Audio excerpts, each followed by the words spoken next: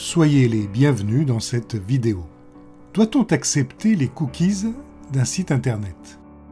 Cette question vous est posée systématiquement maintenant lorsque vous visitez un nouveau site, car c'est une obligation légale pour leurs propriétaires. Réellement, la réponse à cette question n'est pas simple du tout.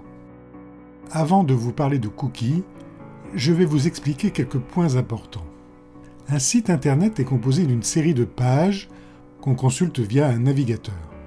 Chaque page vous apparaît monolithique, mais dans la réalité, ce n'est pas le cas.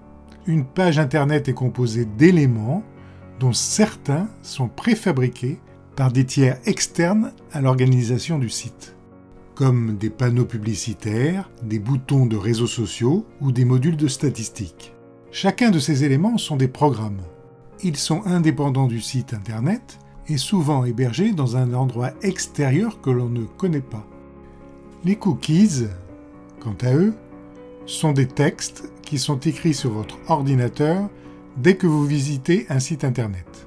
Leur but est de garder en mémoire soit des paramètres pour des raisons purement techniques, par exemple pour revenir facilement à une page précédente ou pour conserver en mémoire les articles ajoutés à votre panier, soit des informations personnelles provenant de vos saisies ou directement de votre ordinateur. D'où le paradoxe, le cookie est à la fois un outil technique indispensable pour le fonctionnement du site, mais aussi une porte ouverte pour récupérer des données personnelles vous concernant.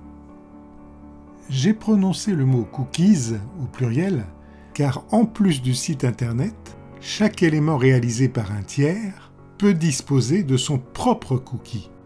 En résumé, il faut bien comprendre qu'un site internet n'est pas toujours maîtrisé dans sa totalité par le seul propriétaire du site. Dans tous les cas, visiter un site internet comporte un risque. De votre côté, vous ne pourrez jamais tout savoir, mais vous pouvez au moins vérifier 4 points fondamentaux. Premièrement, le site internet dispose-t-il de mentions légales? Deuxièmement, son propriétaire est-il identifié? Troisièmement, qui a programmé le site et comment est-il hébergé? Et enfin, quatrièmement, l'adresse du site est-elle bien précédée d'un petit cadenas qui confirme l'identité du site, mais de plus, cela veut dire que les informations que vous transitez sur ce site sont chiffrées, difficiles à pirater. Mais la problématique repose aussi sur le propriétaire du site. Il faut bien comprendre que certains sites internet ne peuvent plus fonctionner complètement après refus des cookies. Ceci n'est pas anormal. Plus un site est complexe et bien sécurisé, plus son coût de développement pour s'affranchir totalement des cookies est élevé. C'est pour cela que certains sites proposent des accès payants en échange de refus de cookies.